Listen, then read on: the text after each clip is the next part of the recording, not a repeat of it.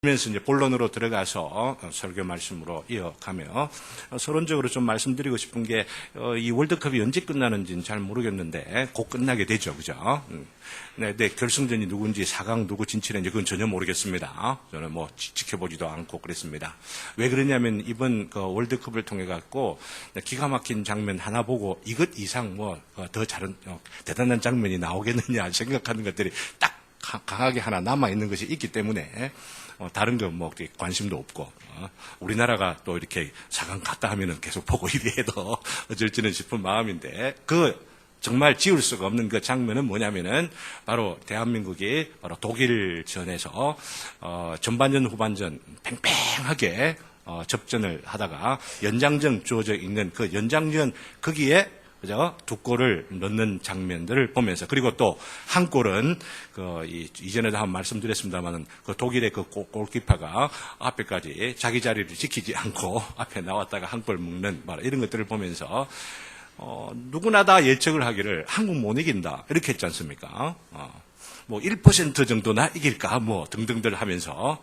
그래서 한국 편에다가 이렇게 표를 던져가지고 아마 경매나 이런 거 하는 것들이 있는 것 같은데 그런데 했으면 아마 대박 터지지 않았는가 생각들을 하는 그런 상황입니다. 제가 말씀드리려고 하는 것은 역전의 드라마가 있었다라고 하는 거죠, 그죠? 그러니까 막 그냥 꼬라박던 한국이 저희 마음 가운데 진작 좀 잘하지. 제가 막판에 그런 거 하는 생각을 하면서 그래도 다행이다 하는 생각들이 들고 참 마지막 그 순간에 최선의 힘을 다하고 진을 다 그냥 뽑아서 정말로 죽자 살자라고들 하면은 못할 게 없구나 하는 이런 생각들도 들더라고요. 오늘 이 시간에 예를 들어 말씀드리는 것은 인생은 대역전의 드라마가 항상 예비되어 있기 때문에 우리가 월드컵을 통해서 우리가 보고 듣고 배우고 깨닫는 것들도 많을 뿐만 아니라 오늘 본문을 곰곰이 묵상하던 가운데에 이게 연결되더라라고 하는 것입니다. 대역전의 드라마. 아니 오늘 본문 말씀 보면은 도시 이름들만 쭉 나오는데 보통 보면은 제가 도시 본문들 있으면 뛰어 넘어갑시다 이렇게들 하고들 많은데 오늘 하나하나 다 읽었지 않습니까? 이 읽은 본문들 한 도시 한 도시 다 살펴보려고 하는 것 아닙니다만은 여기서 중요한 도시들을 몇 군데만 좀 살펴보면서 우리가 읽어내야 할 메시지가 있겠다는 생각이 드는 것입니다. 지난 주일에 이미 영적 장자인 유다 지파에 대해 땅이 분배되어지고 또한 육적 장자인 요셉 지파, 루벤 대신에 이 요셉이 육적인 장자의 측면들을 차지하게 되었다고 했죠. 그 분배하는 것들을 상고하였습니다. 유다 지파는 갈렙을 통하여서 영적 축복을 소망했던 것 보게 되죠. 헤브론이 그런 영적 축복의 측면이 있다고 했습니다. 그리고 이 요셉 지파는 이미 받은 것들도 엄청나게 많은데도 불구하고 또 주세요 또 주세요 하면서 육적인 욕망을 이렇게 드러내고 있는 것들을 보면서 한편으로 책망을 받고 그러면서도 한편 도전을 주는 것이 무엇이었습니까? 개척해라 라고 하는 거죠. 개척해라. 삼림이라도 개척해라. 강한 사람이 있다 하더라도 개척해라. 그러면 하나님께서 약속해 주신 게 뭡니까? 그러면은 내가 너와 함께 하겠고 나도 너에게 힘을 주어 물리치게 하겠다. 그러니 개척해라. 이런 말씀들을 지난주에 우리가 살펴보았습니다. 오늘 좀 관점을 좀 달리해서 살펴보고자 하는 바가 뭐냐면은 제비를 뽑았는데 그죠? 유다 지파에게 제비를 뽑을 때 하고 그리고 또 요셉 지파의 제비를 뽑는 그 상황들이 조금 다르다 말씀을 드렸죠. 그죠? 먼저 요구하는데 그게 제비가 아니라는 거죠. 그러나 먼저 요구했고 요구하는 대로 하나님께서 역사하셔서 제비가 그렇게 뽑히도록 하게 하신 참 묘한 그런 상황들입니다. 그런데 진짜 제비는 오늘 본문부터 시작된다고 볼 수가 있습니다. 18장부터 나오는 보면은. 근데 이 7지파가 이제 남았죠. 먼저 2지파 반이 요단강 동쪽을 차지하게 되었고 제비를 뽑아서 그리고 요단강 서쪽에 지금 유다 지파하고 요셉 지파 즉 에브라임 지파하고 므낫세 지파가 이제 땅을 차지하게 되어집니다. 남은 지파가 몇 지파입니까? 7지파죠. 근데 오늘 이 7지파를 보면서 이제 그 뒤에까지 지금 땅을 기업으로 분배하는 내용인데 오늘 본문과 기업 분배에 관해서는 다음 주일에 단지파에 대하여 분배하는 것 제외하고 후딱 넘어가려고 합니다. 오늘 기업 지파, 땅 나누는 이런 부분들에 대해서 어쩌면 마지막 부분이 될 거라 생각하니 주의해서 함께 잘 들었으면 참 좋겠습니다. 근데 기업을 나누는 방식이 바뀌는 것을 이전에도 언급했고 오늘 더 자세하게 그것을 들여다보자라고 하는 것입니다. 분배 방식 바뀌는 거 여러분들 한번 보시기를 바랍니다. 그죠? 오늘 그 18장의 1절에 보면은 지난주에도 간단하게 언급을 하였던 것처럼 진영이 원래 어디에 있었어요?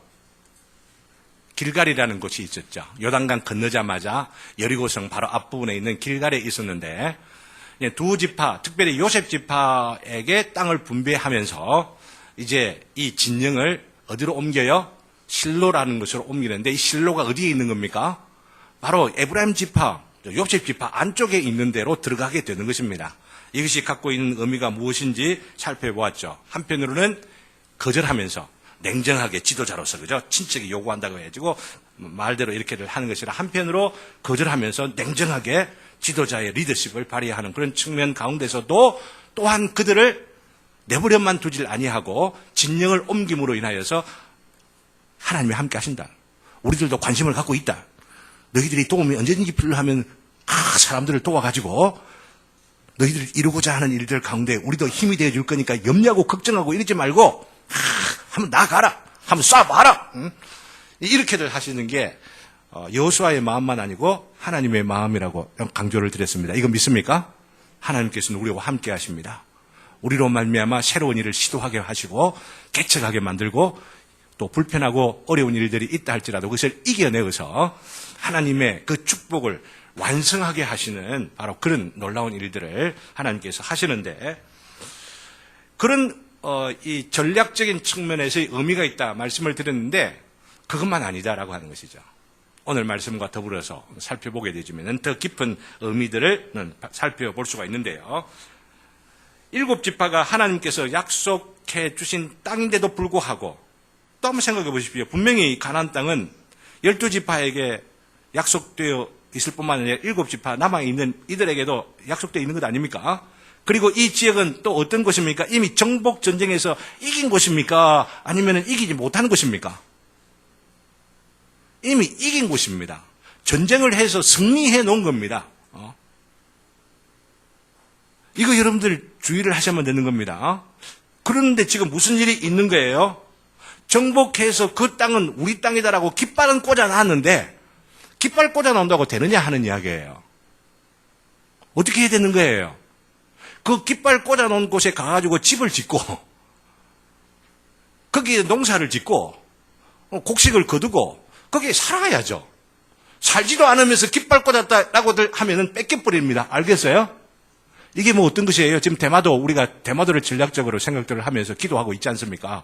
대마도 누가 지금 차지했어요? 김덕무 뭐 장군인가 그죠? 근데 이름 갑자기 생각 안 나는데 우리 한국에서 지금 정복을 했었습니다. 근데 거기 보니까 깃발은 꽂아 놔놓고 이 일종의 공한 정책이라 해가지고 공격은 정복은 했는데 비워둔 채로 이 우리 거다라고만 해버린 채로 있다가 누구에게 뺏겨버려요?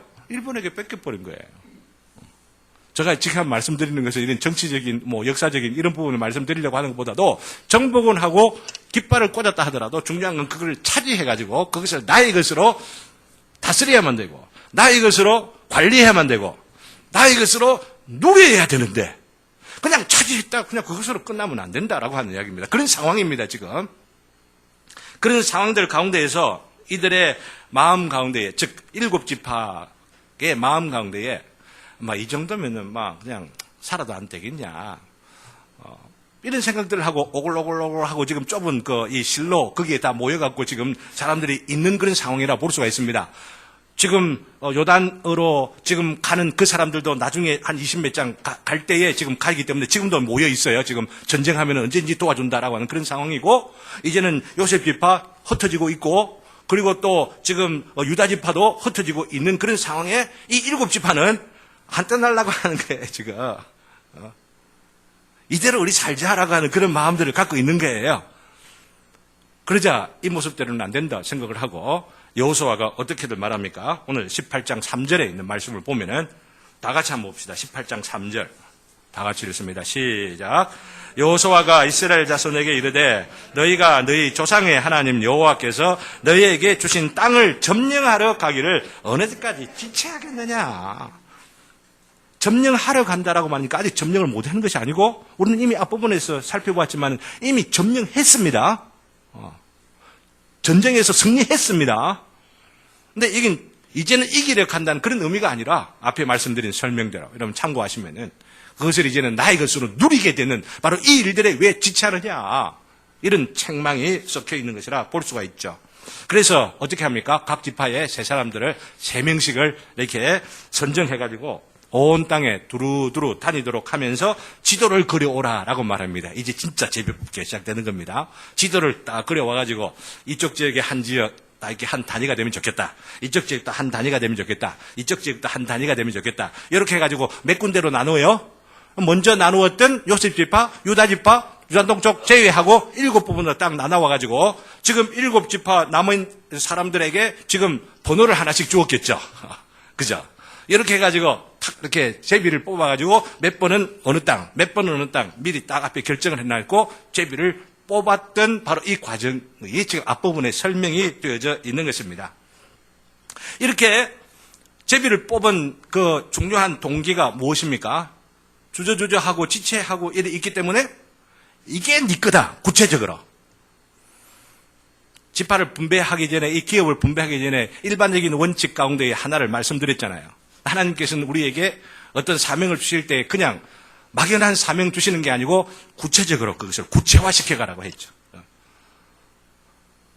구체적인 목표를 세우게 되고 그 다음 그것을 이루기 위하여 전략을 세우고 그리고 그 전략을 실현할 수 있는 3P, 3가지 P라고 말씀드렸죠. 하나님의 말씀을 읽으면서 우리가 막연하게 지식만 늘어가는 것이 아니고 첫 번째 P 아십니까? 퍼스널한 거.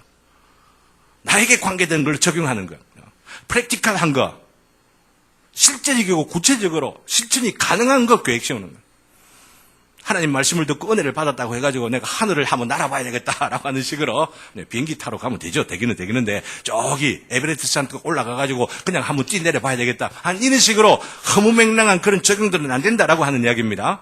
파스벌한 거.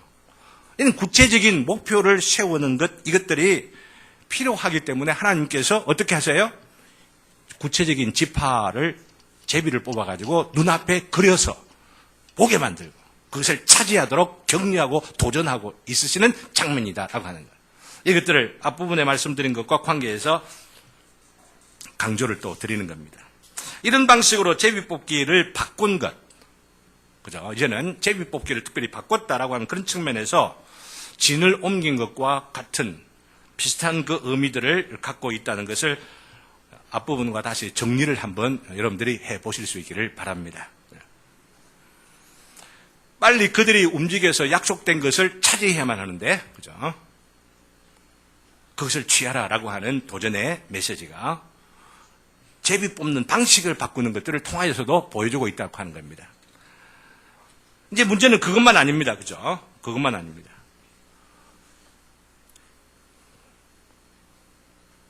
우리가 이 구절을 통하여서 우리가 깊이 생각해 보아야 할 것이 있는데요.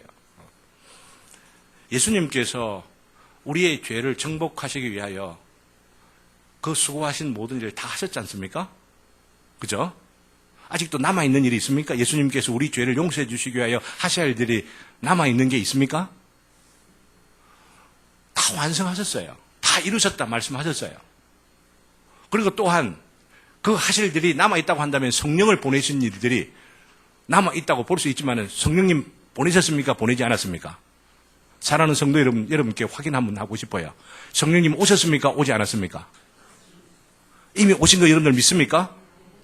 그러면 예수님께서 십자가에 죽으셔서 우리의 죄의 대속과 그 모든 정결함들을 위하여 하신 일들이 다 이루셨고 다 성취하셨고 또한 그 성취된 것을 우리 것이 되게 하기 위하여 성령님을 보내셨다고 한다면은 이제 우리가 할 일은 뭐가 남았어요?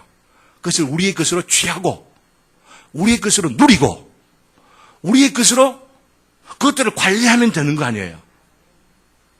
이게 지금 천국을 침노하는 자가 차지하게 된다고 하는 말씀의 핵심이라고 볼 수가 있습니다. 천국은 누가 만들어요? 우리가 만드는 게 아니죠. 하나님께서만 만드시죠. 예수님께서만 만드시죠. 우리의 힘과 우리의 재주 아무리 대단하더라 하더라도 천국의 시어자도 만들지 못하는 게 우리 인생들이에요. 다 만들어 두셨어요. 완전하게 만들어 주셨어요. 그리고 그 완전함이 드러나게 되는 것은 역사의 마지막 종말의 때에 드러나게 될 것입니다.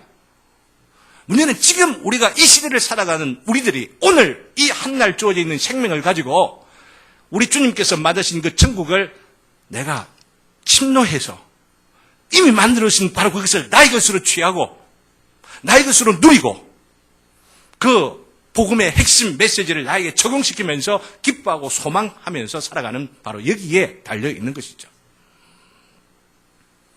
그렇기 때문에 복음을 제대로 안다는 게 굉장히 중요한 거예요. 오늘 이 시간에 주제가 그게 아니기 때문에 거기에 깊이 들어가지 못합니다만은 복음에 대해 알면 알수록 바로 그 복음이 나를 위하여 이미 예비되어 있고 이미 준비되어 있고 이미 완성되어 있는 바로 이것을 알 때에 믿음이라는 게 뭐냐? 그것을 나의 것으로 취하는 바로 이것이라고 하는 것들을 제대로 알게 될 때에 우리 삶에 아무리 고통이 있고 아무리 위협이 있고 아무리 힘든 일이 있어도 그것을 이겨낼 수 있는 능력이 이 십자가의 복음을 통하여 주어지는 것입니다. 아무리 세상에 유혹이 있다 할지라도 아무리 힘든 일들이 우리를 침범하고 또 우리를 위협하는 바로 이런 일들이 있어도 연약하게만은 살아가는 게 아니라는 것이죠. 우리 인생이 연약하기 때문에 자주 넘어지는 일들이 많이 있지만 좌우로 치우칠 때가 또 많이 있지만 그러나 이미 완성되어 있는 십자가의 복음 그리고 완성된 복음을 완전하신 하나님의 영이 오늘 이 시간에도 우리에게 적용하고 계시는 바로 이 사실들을 우리가 알게 되어지면 내가 아멘 할렐루야 내가 하나님의 자녀예요. 하나님의 백성입니다. 내가 주님을 믿는 자 되게 하시니 너무나 감사합니다 하며 믿음으로 반응하게 되어질 때에 하늘의 능력이 나에게 주어지는 거예요. 이거 믿습니까? 하늘의 능력이 나에게 주어지는 거예요. 세상의 능력이 아니라 하늘의 능력이 나에게 주어지는 거예요. 사실은 이게 너무나 놀라운 하나의 역전이라고도 볼 수가 있죠. 이 기회를 하나님께서 이미 이루어 놓으시고 이미 가나안 땅 정복하여 놓고 이미 십자가의 그 복음으로 인하여 이 땅에도 누릴 수 있는 천국을 완성해 놓았는데 이것을 잘 활용하게 되면은 약한 자가 강한 자가 되는 줄을 믿습니다. 무력한 자가 능력이 있는 자가 되는 거예요. 이게 인생의 역전이라는 이야기죠. 근데 잘 활용하지 못하면 어떻게 되죠? 이미 우리 주님께서 완성해 놓으셨는데 이미 우리들에게 던져 놓으셨는데 그것들도 알지를 못하고 긴가민가 생각하며 주저주저하고 지체하고 있으면 어떻게 되죠? 있던 것조차도 빼앗겨 버리게 되는 것이죠. 이런 면에서 특별히 이 대역전이라고 하는 측면에서 우리가 생각을 해볼 때에 이런 원리가 제비를 뽑는 방식의 변화를 통하여서도 원론적인 이야기를 하고 나서 이제는 두 지파, 오늘 특별히 이 베냐민 지파하고 시몬 지파의 땅에 분배되는 이 내용들을 보면서 이 역전이라고 하는 게 기가 막히게 묘사되어 있다고 하는 것을 강조하려고 하는 것입니다. 먼저 베냐민 지파와 이 시몬 지파를 좀 섞어가지고 조금 설명을 좀 드리려고 하는데요. 먼저 한번 생각해 보십시오. 베냐민 지파의 기업 분배를 한번 봅시다. 11절부터 28절까지 나와 있죠. 앞에 그림 한번 좀 부탁합니다. 밴드에도 다 올려놨습니다. 미리 생각하시면 한번 읽어오시라라고 했는데 베냐민 지파가 어딘가 유다 지파 밑에 있고 바로 위에 녹색으로 되어 있는 게 에브라임이고 그 뒤에 므낫세가 노란 것으로 많이 있죠. 그죠? 동쪽 서쪽에 다 나와 있죠. 그러나 베냐민 지파하고 유다 지파하고 사이에 끼어 있다라고 하는 겁니다. 어디가? 베냐민 지파가. 이것을 여러분들이 구체적으로 생각을 해보시면서 우리가 적용시켜야 할 놀라운 메시지가 있는데 먼저 이것을 이해를 하셔야만 합니다. 이 지역이 어떤 지역이냐라고 하는 거죠. 그 앞에 보면은 성경에도 보면은 여리고라고 하는 지역이 눈에 뜨이죠? 그죠? 그리고 또 지역 여러분 뜨이는 게 어디 있어요? 기브온이라고 하는 거. 우리가 여호수아서를 통해 계속 살펴봤죠? 기브온이 어떤 지역입니까? 태양아 머물러라. 달아. 꼼짝 마라라고 했던 그 사건이 있었던 곳 아닙니까? 바로 이 사건은 가나안 땅을 정복하면서 가운데 핵심 부분을 쫙 잘라가지고 남북으로 나눠버리는 바로 이 처음 첫 사건들이 지금 기록되어 있는 바로 그곳에 누가 차지하게 돼요? 베냐민이 지금 차지한다는 이야기입니다. 자, 여기서 우리가 생각할 것은, 그죠? 베냐민 지파가 12지파를 나누게 될 때에, 야곱의 아내 둘 가운데 누구의 자녀입니까? 라헬입니까? 레아입니까? 네, 그 측면에서 여러분들이 이 사건을 잘 모르면은, 이 창세기의 사건을 잘 모르면은 이게 지금 저의 설명이 조금 어렵다 생각을 하고 아니면 이해가 안 될지도 모르겠는데, 라헬 지파인데면 라헬 지파입니다. 라헬의 자녀입니다. 자, 그러면 라헬의 자녀면은 북쪽에 있는 에브라임이 라헬입니까? 아니면 남쪽에 있는 유다가 라헬입니까?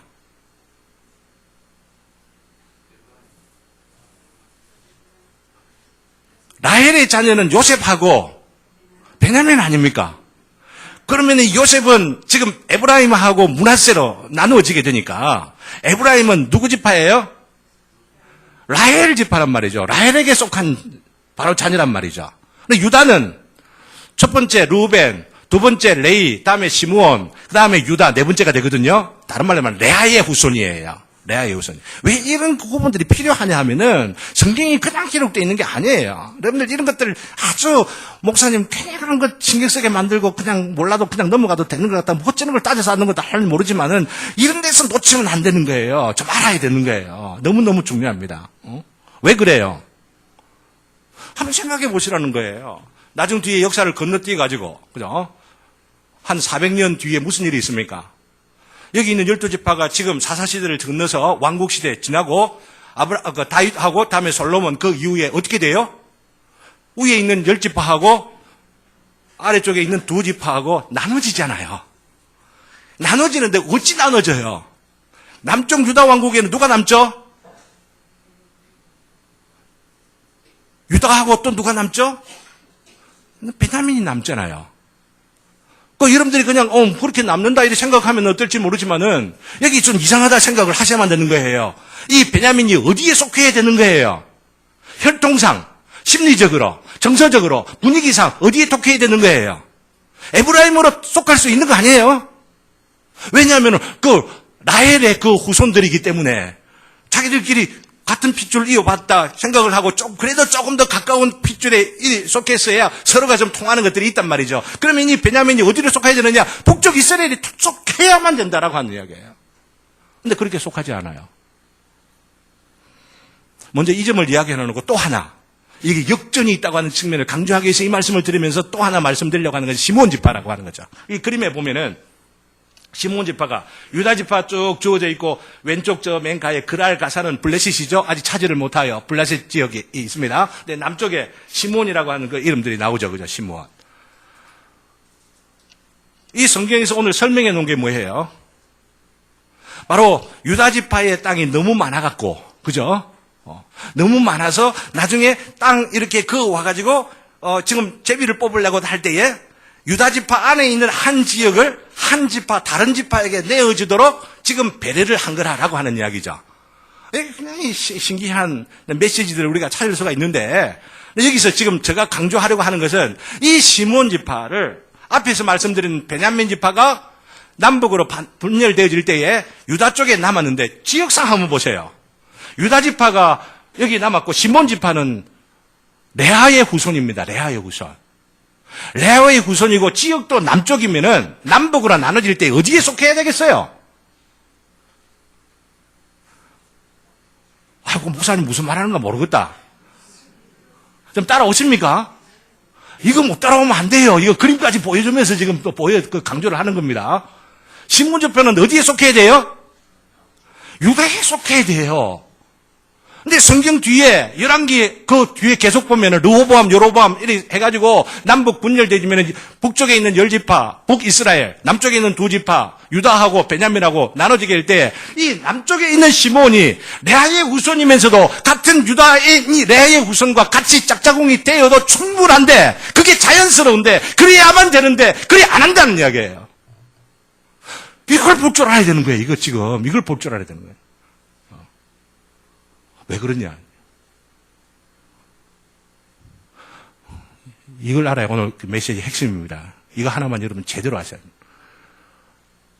이걸 여러분들이 알 때에 신앙이 뭐냐, 신앙의 싸움과 전투가 뭐냐, 이거 알 수가 있어요. 이거 모르면은요, 성경 읽어도, 특별히 시편 읽어도 무슨 말인가 모릅니다. 시편에 있는 내용들을 보면서 이 시편 기자가, 특별히 다윗으로 대표되는 그 시편 기자가 하나님께 기름 부음 받은 자임에도 불구하고 이 광야에서 20년 동안 얼마나 고생들을 합니까? 그러다가 나중엔 하나님의 약속대로 그 왕위에 올려지는 바로 일들이 있지만은 바로 그런 과정들을 통하여 고백하고 찬송하는 그 찬송의 내용들 가운데에 너무나도 자주 반복되는 것이 자기의 대적, 자기의 원수에 대해서 이야기했는데 그냥 그 대적의 원수가 그냥 사울이다. 이렇게 생각하면 안 돼요. 한번 생각해 보시면 사울이면 베냐민 지파 아닙니까? 근데 베냐민 지파가 어떻게 돼요? 바로 지금 남쪽 유다로 좀 쏙하게 되잖아요. 이런 거 이상하다 여러분들 생각해 보신 적이 없습니까? 그냥 사울이다, 이게 대적이다, 이런 것이 아니고 나와 함께 떡을 먹고 내 식탁에서 함께 식사를 나누던 바로 그 친구, 바로 그 동료, 바로 네가 내 원수구나, 이렇게 하는 거예요. 신앙생활을 하다 보면은요, 이런 일들이 비일비재하다라고 하는 겁니다. 사람의 뜻을 맞추기 위해서 하나님의 나라가 이루어지는 것이 아니기 때문에 처음에는 뜻이 맞는 뜻하고 서로 좋아하는 뜻을 하다가 하나님의 나라를 이루기 위하여, 하나님의 공의와 하나님의 그 대의를 이루기 위하여 하다 보면은 친척들도 나눠지게 되는 거예요. 같이 식사하고 있던 너무나도 뜻이 맞아 그 홍냐홍냐 하면서 좋아하던 그런 사람들도 원수가 되는 일이 있다고 하는 이야기. 이게 지금 신앙이에요, 신앙이에요. 이런 여러분들 경험해 보신 적이 있습니까? 여러분들이 내 식탁에서 나와 더불어 참떡을 나누고 나와 더불어서 커피를 나누고 나와 더불어 너무너무 친했는데 신앙의 대의 때문에 나눠질 수밖에 없었던 그런 아픔들을 경험한 적이 있으세요? 이런 건 여러분들이 모른다면 신앙생활을 잘 모르는 거예요. 못하는 겁니다. 무작정 싸우자라고 하는 이야기가 아니고, 나하고 지금 오늘 식사 같이 하는 분들하고, 야, 우리 헤어져야 되는 것 아니야? 이러면서 눈깔 꼭, 막 이렇게들 하면서 막 이불로 싸우라 그런 뜻이 아닙니다. 하나님 나라의 대의와 복음의 그 순수함과 교회의 참 건전함과 교회의 부흥을 위하여 이런 이 목적을 가지고 너무나도 같이 있어야 될 이 시몬이 나눠지는 것들 보십시오. 이게 대전환이에요. 이게 대역전이에요. 이게 대역전이에요. 이런 일이 있을 겁니다. 앞으로도 있을 겁니다. 예상하셔야만 됩니다. 이런 예상들 앞에서 여러분들의 마음이 흩어지거나 왜 이런 일들이 있어야 되나라고 낙심하고 이런다면 신앙의 대의를 잘 모르는 일이에요. 근데 이런 자들에게 오늘 본문을 통하여 주신 놀라운 위로가 있는 것이죠. 왜? 베냐민이 친구가 되는 거예요. 와, 놀랍지 않습니까? 베냐민에 대해서 한마디 더 좀 하면서 넘어가야 될 부분들이 있습니다. 왜냐하면 이 베냐민의 경우에 있어서 오늘 말씀을 보면은 28절에 보면은 그 나누어지는 그 성읍의 이름이 셀라와 엘렙과 여부스 곧 예루살렘이라고 말하고 있거든요. 예루살렘. 예루살렘이라고 하는 곳이 앞부분에 한번 나왔습니다. 어느 지파에게 주어진 겁니까? 주어졌다고 하는 말은 안 나오는데 유다 지파의 경계를 쭉 언급하면서 제일 마지막에 한번 확인해 보시기를 바랍니다. 15장 맨 마지막에 유다 지파의 경계를 이야기하는데 유다 지파의 기업이 이러하더라라고 말하면서 경계를 해놓는데 그 경계에다가 어디를 말하고 있어요? 예루살렘을 갑자기 끼워 놓고 있습니다.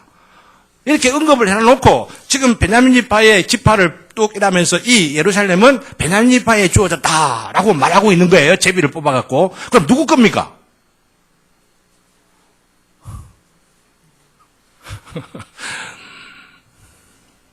간단하게 이렇게 설명을 합시다.